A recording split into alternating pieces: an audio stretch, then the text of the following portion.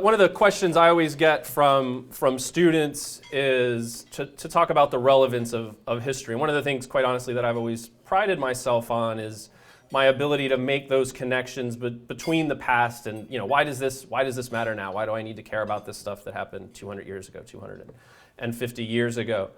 And I do think that that's important. And so in thinking about talking about today, as Carol said, my real historical interest from a research perspective and from a teaching perspective is the American Revolution and kind of a large view of the American Revolution. And so there's always lessons that we can talk about. The Founding Fathers are always kind of prevalent in our political discourse, and what would Jefferson say about this? What would George Washington do if faced with this situation? But it also, I think, speaks very much to the way that history very much informs how we got to where we are. So we can talk about how history can help us maybe solve some of the challenges, but I think that history, particularly looking at the history of New Jersey across 354 plus years now, helps us to understand where we are and how we got here. So we'll spend some time on that today. In 2014, New Jersey celebrated its 350th birthday. As Carol noted, I was part of the statewide effort to kind of commemorate that date, and coming up with what to call that was tricky because, of course, there were Native Americans here well before James, the Duke of York, decided to call this New Jersey as opposed to calling it anything else. But in 1664, that royal charter was signed by King Charles II and James, his brother, to grant two of their favorites, two of their big, the men that had loaned them a lot of money when they were in exile during the interregnum and the English Civil War, Lord Berkeley and Sir George Carteret, and gave them this swath of land between the Hudson and the Delaware rivers. And the charter refers to these lands as New Jersey in honor of Carteret's defense of the English Channel Island of Jersey, where Charles II and James had fled from the parliamentary forces during the English Civil War. And in many ways, New Jersey has been divided since 1664. New Jersey was divided into East Jersey and West Jersey, what we think of as North Jersey and South Jersey. Is it pork roll or Taylor ham? These are the important questions that we need to have. See, and I'm a pork roll. I'm from further South Jersey. I'm a pork roll guy. There's not enough Wawas up here. There's now one or two, but I can't turn around without seeing a Wawa, and you guys don't have any. So those are really the important divided New Jersey questions. I spoke before the Secretary of State, and of course, the current governor, Phil Murphy, has made the argument for Central Jersey does in fact exist, and so we need to incorporate Central Jersey into our discourse. That's certainly not a settled question. New Jersey's been the site of numerous memorable events, of important persons, critical moments in the state's history, critical moments in the nation's history. Again, as I mentioned, my main area of interest is the American Revolution, and so it's fortunate for me to be here working, living, teaching, researching in New Jersey, because New Jersey is known as the crossroads of the American Revolution. More battles, more skirmishes, more encounters, more violent whatevers took place here in New Jersey than in any other state in the newly formed American nation. Many of them not that far from where we're enjoying this wonderful lunch today, and many of the people that I know from other events and some of whom I've met have their own connections to this revolutionary period of New Jersey's history from their own work, from the sites that they're familiar with and working at. But out of all of these battles, in fact, out of the entire scope of New Jersey's 350 years of history, the Battle of Trenton is widely considered the seminal moment in the state's history. When I was working on the 350th project and we were coming up with a list of events and people and places that we wanted to commemorate throughout that year through our video series, we ultimately concluded, and we didn't reach consensus on a whole lot of things, but this was one where I think we all reached consensus, was that the Battle of Trenton, the 10 crucial days, was the most important moment in New Jersey history. And I realize there's some other candidates, but I stand by that argument. And it's arguable that it's among the very most important moments in the entire country's history. So we find ourselves in December now. The holidays are fast approaching. So I want you to imagine yourself on Christmas afternoon, but instead of enjoying, having just enjoyed, or still preparing perhaps, a large meal with a warm fire surrounded by family and friends, imagine yourself outside with worn soles on your shoes, snow on the ground, a northeast wind that begins to pick up as the temperature drops below freezing even before sundown. At about 4 p.m., instead of getting more coffee and dessert, you hear drums that begin to beat along the Pennsylvania side of the Delaware River. Christmas Day. The remnants of the Continental Army and local militia divided into 3 groups, each to try and make their way to a separate crossing point across the Delaware and back to New Jersey. By 11 p.m. that night in the dark, freezing drizzle had become a classic nor'easter with driving sleet and snow in the faces of the men as they headed towards the river. Ice jams filled the Delaware below Trenton, which prevented a crossing there. So of the 3 units, the 3 separate detachments that were trying to make their way across, only the northernmost one, only that unit under the control of the commander-in-chief himself, 2,400 men, would actually attempt to cross the icy river. Any and all available boats were pressed into service to bring the men, their artillery, their horses, the additional supplies that they would need across the river. The weather, the river, the ice flows, the moonlight left them hours behind schedule that the commander-in-chief had set up. Still, the troops gathered and assembled on the New Jersey side, each officer placing his unit properly in line. By the time it was all assembled, this column of men measured more than a mile in length, and they headed south. At a little past 8 a.m. on the morning of the 26th, the American artillery opened fire. The Americans had, in fact, achieved surprise. The Hessian garrison, the soldiers, who numbered about 1,000, sought to rally, grabbing their weapons as they headed into the streets of Trenton. It should be noted that those soldiers were neither drunk nor hungover. For a long time, the story was that, like being good Germans, they would be drunk on Christmas night. But that's not, in fact, the case. The scholars that have really dived into this have found that the Hessians actually assembled, were taken by surprise, but once the alarm was raised, assembled themselves well, gathered themselves, and fought well. I mean, to a certain extent, there was still this kind of idea of how could a ragtag American army beat this professional unit of Hessian mercenaries whose entire life's work was spent fighting, and so someone came, well, they must have been drunk. But that wasn't in fact the case. The defenders were overwhelmed. They were outnumbered. They were caught by surprise. Their artillery wasn't in position, and the Hessian garrison was overwhelmed. They fought hard, and all told, that garrison lost 918 men, 22 dead, 83 seriously wounded, and the rest captured. And many of them were taken to kind of the makeshift prison camps and kind of held on parole in central Pennsylvania, and many of them actually stayed there. A lot of the Hessians found that they liked things here in America better than they liked them back in Germany.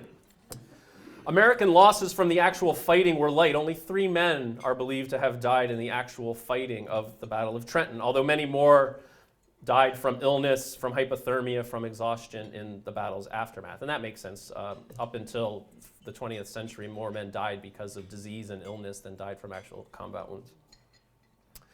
General George Washington and the Continental Army had won a major and a decisive victory.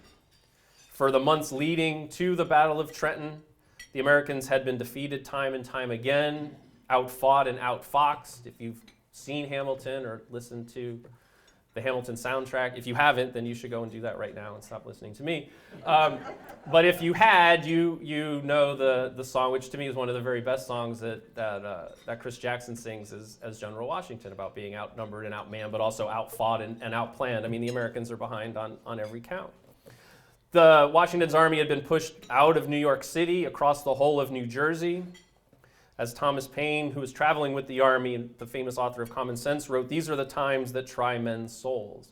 And in fact, Cornwallis probably had the opportunity to end the American Revolution there in December of 1776. He could have pursued the Americans across the Delaware River into Pennsylvania. He probably would have caught them.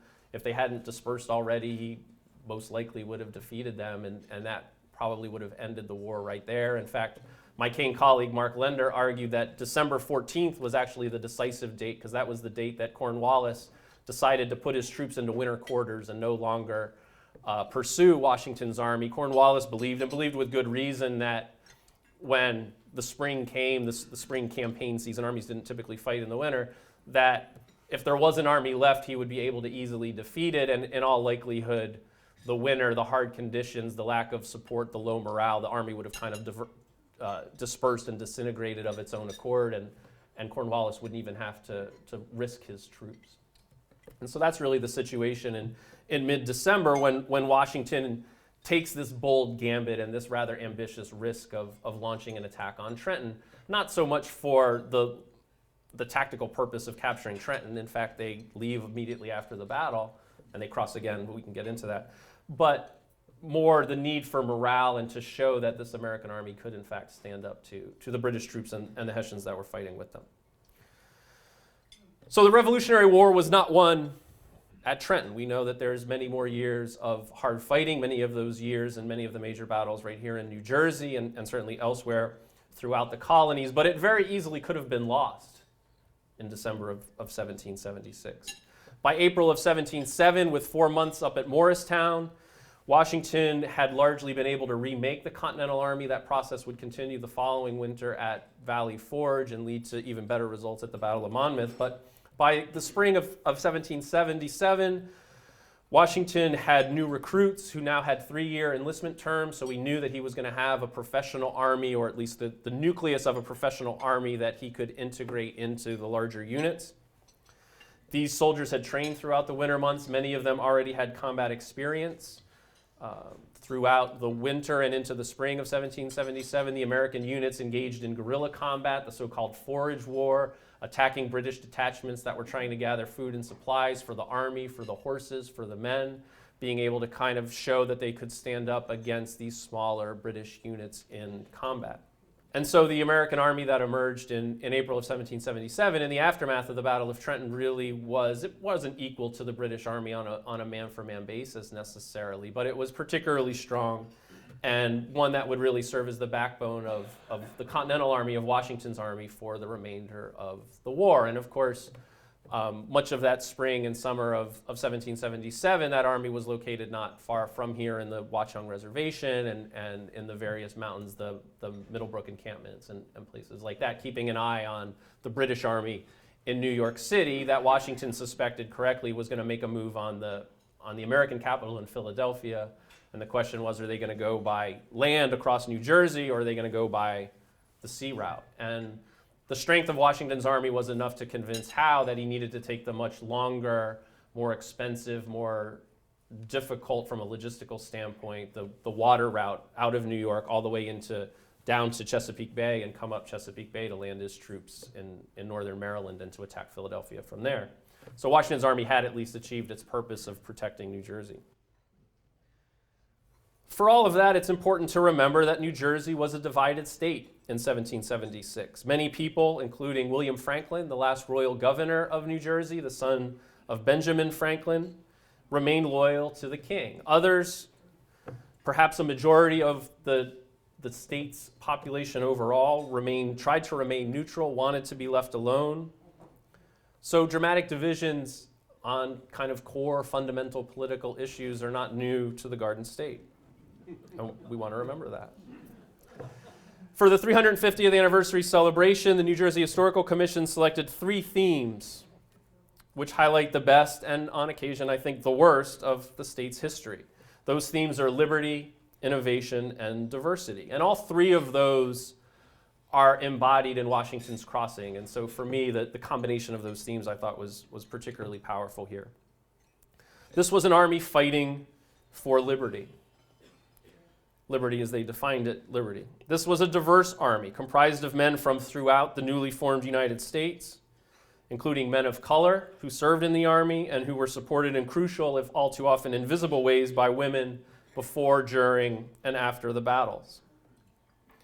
Washington's tactics, particularly the way that he used artillery, was innovative. Washington operated differently than most European armies did in that he embedded his artillery within the combat units, within his infantry, instead of having it completely separate. And Washington did that for a number of reasons, but it's actually become kind of part and parcel of the way that Americans continue to fight today. Washington wanted to boost the morale of his men by having cannons nearby, and he particularly saw cannons as a way to limit the casualties for his own forces. And so he was going to rely more on long-range firepower to try and soften up the British troops and to try and provide as much protection as he could for his own. So today we still use long-range firepower, whether we're talking cruise missiles or stealth bombers or any of the ways that we tend to use to avoid putting ground troops unless we absolutely have to. We use this long-range firepower. That was something that George Washington was doing in 1776, and I would argue it's been a central tenet of American military doctrine ever since. The Revolutionary Era is among our finest moments, a time when the possibilities for an American nation seemed limitless. Today, political commentators and others frequently try to argue the merits of their own position being based on what the founders would do or wouldn't do or what they think that they would do. The entire Tea Party movement was based on an interpretation of the Constitution to try and, in their opinion, return America to the values of the founding moment, and others throughout the political spectrum view our Revolutionary Era in very much the same way.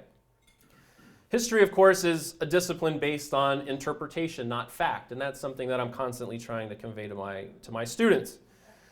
We associate history with names and dates and memorization, and that's the first thing that I have to unlearn students from who have a bad high school history experience. I get a lot of students who come in and they're like, man, I hate history. Why do I have to take this history class? And I was like, well, what did you hate about history? It's like, well, it was names and dates. It didn't really relate to me. It was a bunch of old dead people. And I was like, well, that's not what we're going to do. We have Google now, right? If I need to know a name, if I need to know a date, they can look it up faster than maybe not always faster than I can recall it from my memory, but Wikipedia in general has a deeper depth of resources, and if we cross-reference it, it's going to be more knowledgeable than what I know for the most part. A couple of exceptions, but what I know for the most part. History is about an argument. History is about an interpretation. And so history has become so politicized in part because of this battle of an interpretation. We see this in slavery. Someone mentioned slavery. I guess maybe Carol mentioned the fact that we tend to forget that slavery played an important role here in New Jersey, but it did. New Jersey was the only state that didn't secede but didn't vote for Lincoln in either the 1860 or the 1864 election. We stand alone in that. Southern Jersey was a much more anti-slavery area because of the Quaker influence, and the Quakers basically decided by the 1770s you could be a good Quaker or you could be a slave owner, but you couldn't be both. But here in Bergen and Morris and Essex and Hunterdon counties, the counties that are tied to New York City, where slavery was still 10 or 15% of the population into the 1790s, you have a number of people that possessed a considerable number of slaves. I'm working on this project at Paine with my colleague Beth Hyde on William Livingston, and one of the things that we're looking at is the Livingston family ownership of slaves. There's letters from William Livingston that indicate that he manumitted all of his slaves by 1788, so a couple of years before his death. He's a supporter of the New York Manumission Society. His son-in-law, John Jay, who was married out at Liberty Hall, was the first president of the New York Manumission Society. But also in the 1780s, we know that the Livingston family owned slaves, and in fact, we just came across a document recently that another of Livingston's sons, Brockles Livingston, owned at least 4 slaves in 1790 at the time of his father's death. So this legacy and this history of slavery in New Jersey is an important one. And I bring that up because, to me, so I'm not from New Jersey. I leave that part out of my bio at the start because it gives me better credibility to bring it up now. My parents were both from New Jersey. My mom was born and raised in Jersey City. My dad was born and raised in Bordentown, so I both North and South Jersey, divided.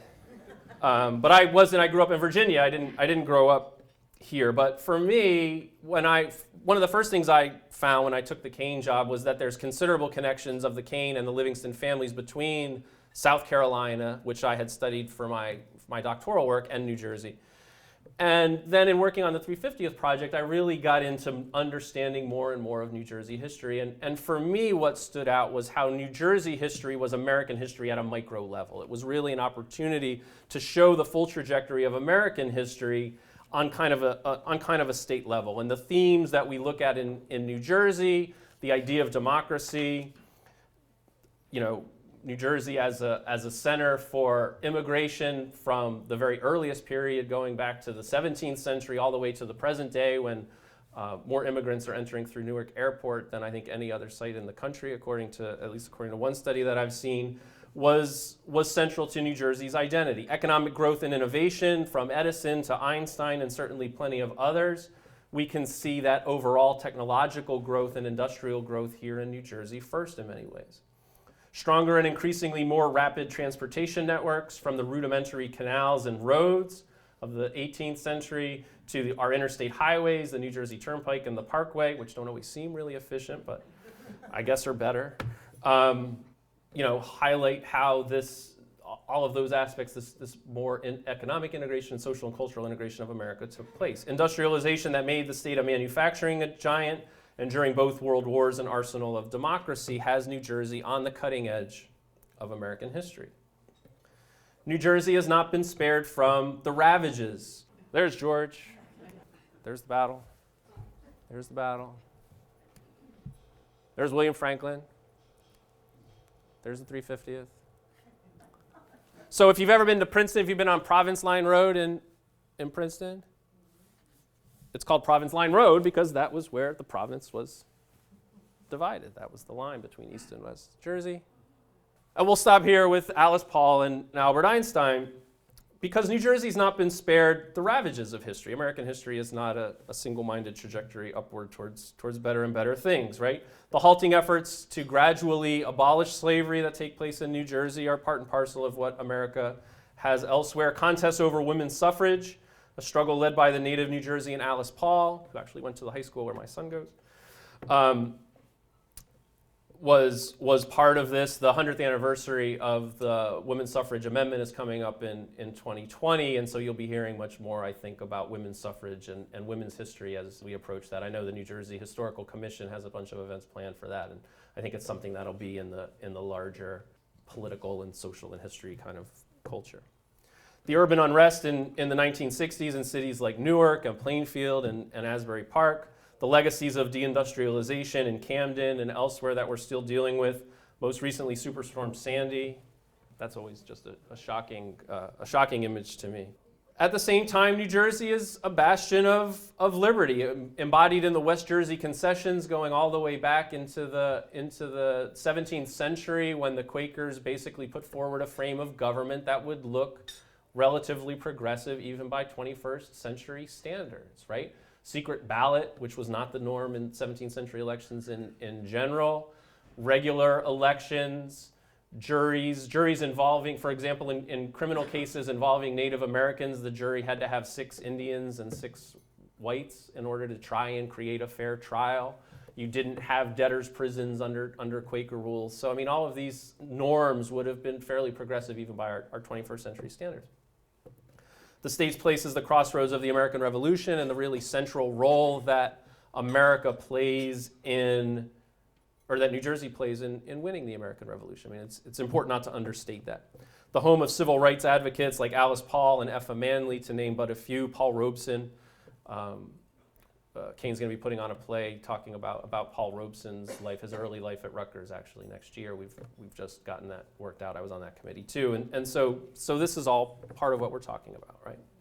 New Jersey's diversity was apparent from the very first meetings of the Dutch and the Swedes with the Lenape people, legacies and diversity that actually predates this place even being called New Jersey. No one knew this as New Jersey when the Dutch were settling up on the Hudson River and on both sides, and the Swedes were settling up on both sides of what we now know as the Delaware River. And the addition of new immigrant groups, Germans, Irish, Italians, Southern and Eastern Europeans, more recently Asian and Latin American immigrants, changing the specific ethnicities shaping the state, perhaps changing the religious congregations, perhaps changing the kinds of food that you can find in your town. but not the persistence of diversity, the legacies of immigration and the power of that narrative from the founding, the very founding, even predating the founding of New Jersey to the present. New Jersey can boast innovators and innovations in politics. The New Jersey Plan for the Constitution, which played such an important role in the eventual compromise that shapes the government that we still have and enjoy today. Industry, we can go back to Hamilton's ideas for Patterson, which didn't make it into Lin-Manuel's final draft too much, which is probably unfortunate for Patterson, but they're really doing some innovative work on the historic site up there, both from the Hamilton's original plan for Patterson as an industrial site, and then the Silk Strike and the labor movements and everything that fits in with that. Innovations, Edison's many inventions, being a home for Albert Einstein, and of course the New Jersey Turnpike, to name just a small fraction of the important contributions made by the state and by the residents of New Jersey. So we continue to face many challenges. By no means, again, is our history one of triumph, but I think how we appreciate how the state has changed. And when we look at the history and we hearken back to that moment crossing the Delaware. I always tell my students when we're looking at this slide is not a picture, right? This is not George Washington's Instagram feed.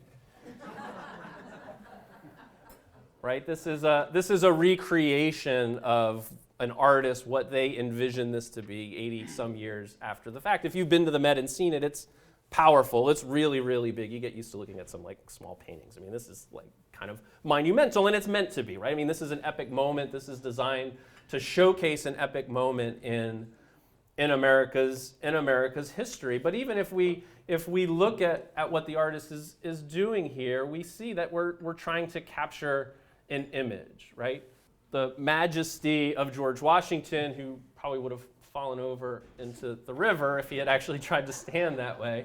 Now I shouldn't necessarily say that, because Washington was an incredibly skilled horseman, right? I mean, one of the ways in which Washington becomes our embodiment of courage and so much about American ideals, but Washington was 6'2", at a time when the average height was much smaller than it is now. So Washington stood out in a room, and he was widely considered to be the most skilled horseman in the American colonies at this time, right? So this was a man he was an athlete. I mean, he was an elite level athlete for that time period. So I don't want to say that he couldn't balance himself on a boat across the Delaware, but I'd bet against it. To me, this captures this moment of promise, this moment of possibility, right? This is before the battle's been fought. This is before the battle has been won. And it's, Washington on a crowded boat, across an icy river.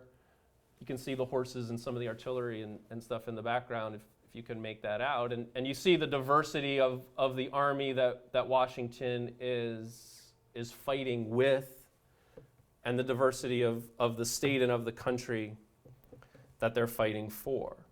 So, to me, recognizing that our greatest triumphs have come in the face of adversity. Here I'm echoing a little bit John Meacham, who we had speak at Paine not too long ago, but his newest book, he highlights this idea that understanding history is crucial to solving the challenges that we face today. And that in many ways, our greatest triumphs have come at our moments of great adversity. So appreciating the legacies of liberty, of innovation, of diversity that have forged the Garden State, reminding ourselves that our interpretation is powerfully rooted in who we believe ourselves to be, what we think is best for ourselves, for our families, for our state, for our community, and for our nation. Now, Washington and his army probably did not have such thoughts on that cold December morning or late in that December night, right? The goal of that army was to carry out their orders, to defeat the enemy forces that were arrayed in front of them, and perhaps most of all, not to let down their comrades in arms during the crossing or on the march or on the field of battle. But their perseverance in the face of great adversity, and again, as I think I've argued, there was probably no greater time of adversity in American history than at this moment. Their unity in a time of crisis should, I hope, be an inspiration to us all. So thank you.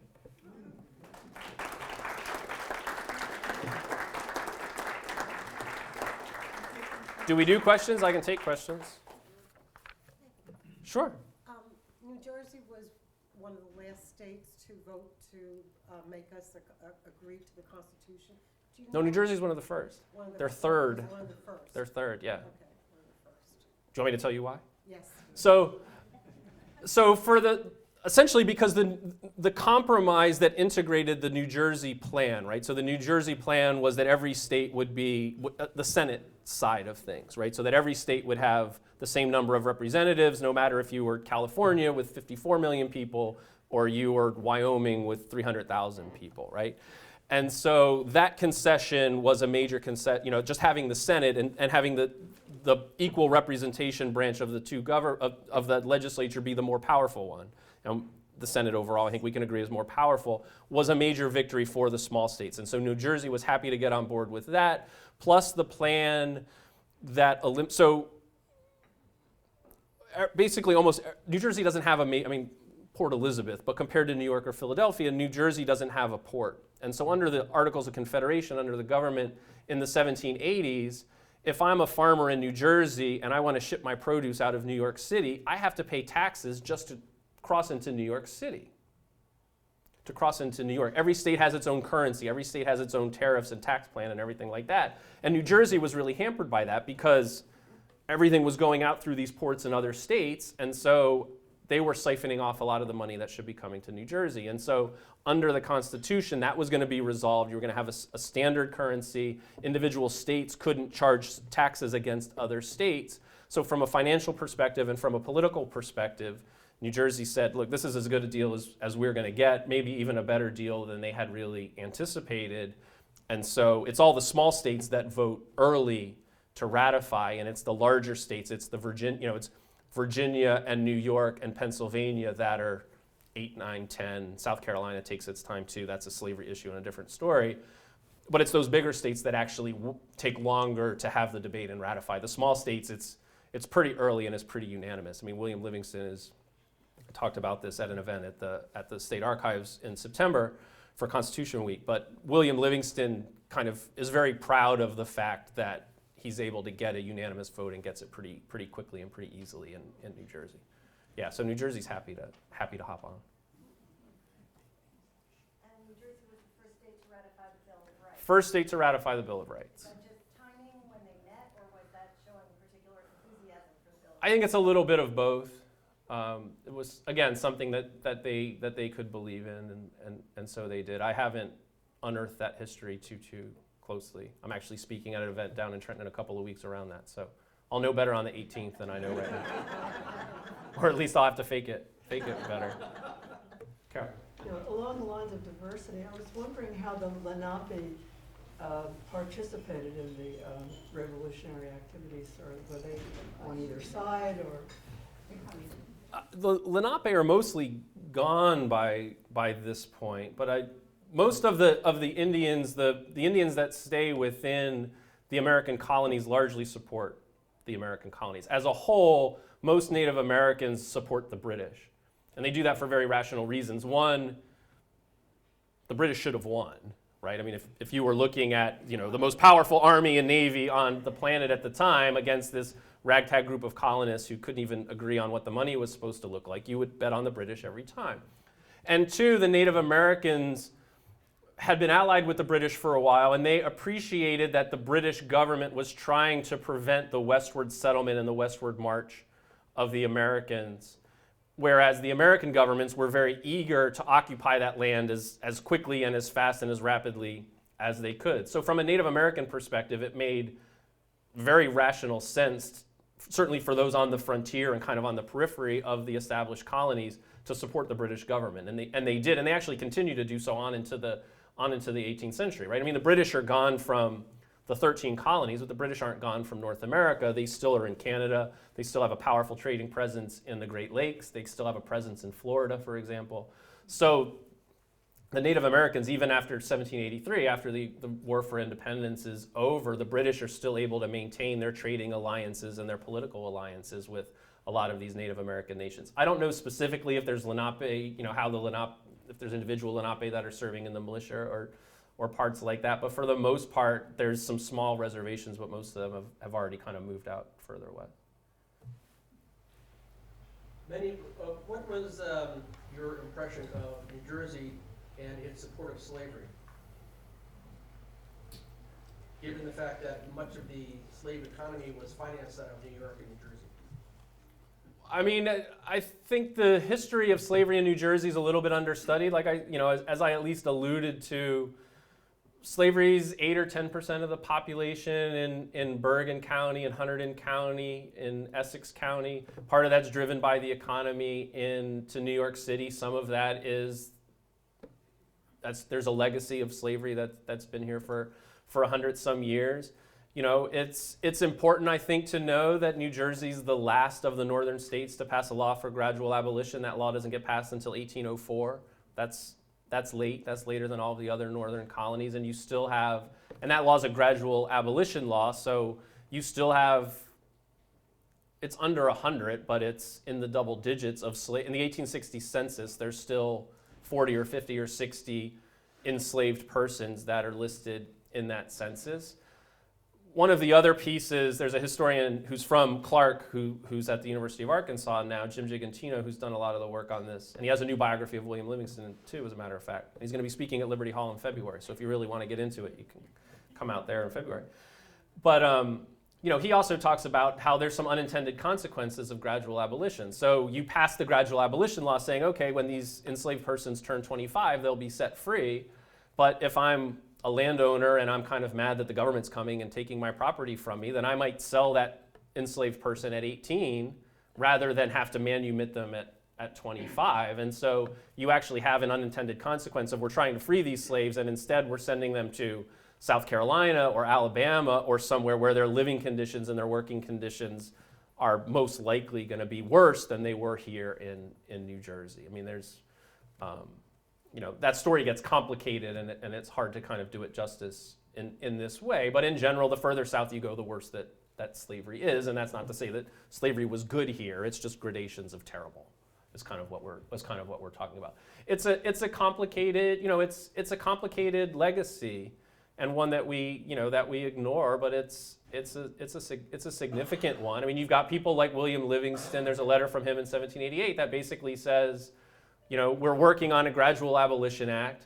I wish we could do more, but the state's divided. There's strong political and economic interests that aren't going to support any kind of gradual emancipation or abolitionist movement, and we live in a democracy. And so he's kind of dealing, you know, I don't understand his feelings on slavery early in his career in the 1750s, 1760s, 1770s. By the 1780s, however it's happened, he's come around to be fairly strong in his views towards abolition. Some of that, I think, is rooted in the rhetoric and the ideology of the American Revolution. Some of that is, you know, his own. You know, his son-in-law is John Jay, and Jay's a pretty ardent abolitionist by the early 1780s. So they're writing letters, or he shows up at Thanksgiving dinner and the political conversation, and Jay's a little bit able to convince his son, you know, his father-in-law, which is no small feat.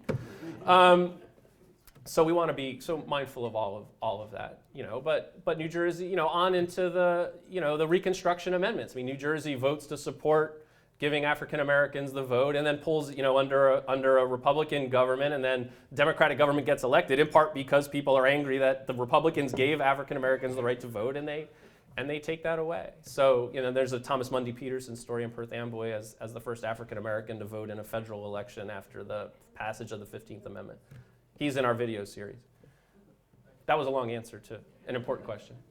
I was just going to ask you, for the New Jersey 350, I had the opportunity to run a pop-up shop in downtown Westfield. It's cool. one of our main streets, so I thank you for your efforts in that regard. I love my New Jersey 350 t-shirt that I bought at the Mount Holly pop-up. That's right. But how do you think the state is doing in terms of promoting our history and tourism? Because I see that as something that we really are way behind on. I have all the reports that we tried to get to show that tourism history is important. We've struggled with it. I mean, I love the shore too, but I wouldn't mind seeing people come to some of the other historic sites. I do think there's been recent legislation that was signed to really try and ramp up the state tourism and playing up the history leading up to the 250th anniversary of 1776 will be in 2026, which sounds like it's a long way off until I think about the fact that my son will be in college then, and then I get terrified. So, so I think there's a recognition that we can do more. I mean, if you've been down, Washington's Crossing site is really, really sad. It's just really, really sad. I mean, it's a museum that you would be embarrassed as a historic site to have, and so I'm hopeful that they can do a lot with that. And the 4th century stuff I think has done a good job. I mean, that history's here. There's never been a clear way. Some of it is that it's really spread out, right? So I mean, the Monmouth battlefield site is pretty big, and then you've got to drive in somewhere between 20 minutes and 2 hours, depending on what time of day and how the traffic goes to get to some of the other, to get to some of the other locations. So that's a challenge. We just took a group of students on a field trip, some of our honor students and our history students, to Philadelphia. And I've been to Independence Hall before. We went to Independence Hall. We took them to the Liberty Bell, and then I hadn't been to the Museum of the American Revolution before, actually. And that was a great, experience. But you can, Philly plays up its history. I live close to Philly, and Philly plays up its history in a very different way and much more ambitiously. And so I'm hopeful that as the 2026 approaches, and I know from my conversations with members of the Historical Commission and others that they're going to really try and play this piece up. So there's certainly a lot more that we can do. But there's also more going on, I think, than sometimes is visible. Those pop-up shops were fun. We were glad to have the support. I mean, that was really one way that you could play up for that. Yeah. After the victory of Washington, you said that most of the New Jersey inhabitants were even neutral or supporting the Tories, the king. And after the victory of Washington, do those people in New Jersey submitted to the new regime, or they resisted, or they fought? You've got people on both sides that some of them are neutral and want to be, most people want to be left alone. They just don't want either army taking their stuff. And that's a very reasonable point of view. I mean, one of the projects I've been working on, I've been looking at Governor Livingston and what he's doing in 1777 as part of this project. And a lot of what he's doing is collecting affidavits from people who were saying, I saw Jonathan sell a wagon load of flour to the British government, to the British troops, last year in November when the British troops were here in Freehold, for example. And now that the Patriot Army is back and the Patriots are back in control, we want him punished, right? I mean, and Livingston is having to adjudicate those kinds of cases, and sometimes they do punish people. Sometimes there's extra legal justice. I mean, there's a lot of militia skirmishes and kind of Patriot militias and Tory militias that are fighting with each other on both sides. A majority is never Tory in New Jersey, but I don't know that you could find 51% of the people that were ardent patriots. I mean, that were going to kind of outwardly support the patriot cause either. I mean, saying it's 1/3, 1/3, 1/3 becomes a little too convenient, but it's a decent shorthand to remember that. There's just as it was a rational decision on the part of many Native Americans to side with the British, there's a rational argument on the side of many New Jerseyans to remain Tory. That allegiance to the king is a powerful bond. And the Anglican presence in New Jersey isn't as strong as it is in some other places. But if you're an Anglican, the king is not just your political leader; he's your religious leader. And so all of a sudden, showing up and saying, we're through with you, is dramatic, and more dramatic, I think, than we give it credit for, right? I mean, so it's understandable that this was this was hard, and then also a good reminder that having an army, having different armies tramping up and down the roads near your house, you think your house is in a good location because you're right on the street, but it turns out, 2,000 troops are coming, and then 2 weeks later, 2,000 other troops are coming, and neither of them are really interested in paying for stuff and things like that. I mean, you're better off being somewhere out of the way. And so it's not that these are a bunch of New Jerseyans that are traitors. I mean, they would have each thought each side was a traitor, but that's not really the case. It's just that the reality of war is thankfully something we've been largely spared here in America, and certainly in New Jersey. I mean, the Civil War doesn't touch New Jersey directly at all in terms of combat. So, we're fortunate in those ways, but it's dangerous and compelling. You were speaking about diversity. How many people of color were actually in the New Jersey militia? Oh boy, I don't know. More than Washington wanted. And they get there through different ways. Some are still used as substitutes. Right? Washington basically shows up to the Continental Army and sees that almost a third are African Americans, and he's like, "What? This is crazy. Get rid of all of them." And then they basically tell him, "If you do that, you're not going to have an army." And so he kind of relents. So that's at the continental level. On the militia side, again, more African Americans are fighting on the British side than are fighting on the American side. The most famous story is that of a runaway slave who becomes known as Colonel Ty, who initially is with one of these Tory militia groups that are launching raids out of Staten Island into Monmouth County. And he's very successful. He captures a New Jersey Patriot militia captain and wins several skirmishes to the point that the British regulars will actually operate with his militia unit, and they essentially embark on joint operations, which they typically don't do with militia. I mean, they don't really trust the militia. With Colonel Ty's group, they do in fact operate. The British Army regulars will operate with Colonel Ty's militia. And he's eventually killed in a battle out in Monmouth County after about 18 months. But you actually see more former slaves or runaway slaves that are serving on the British side than on the American side. We stopping there? Yeah. Cool. Thank you all. Thank you very much.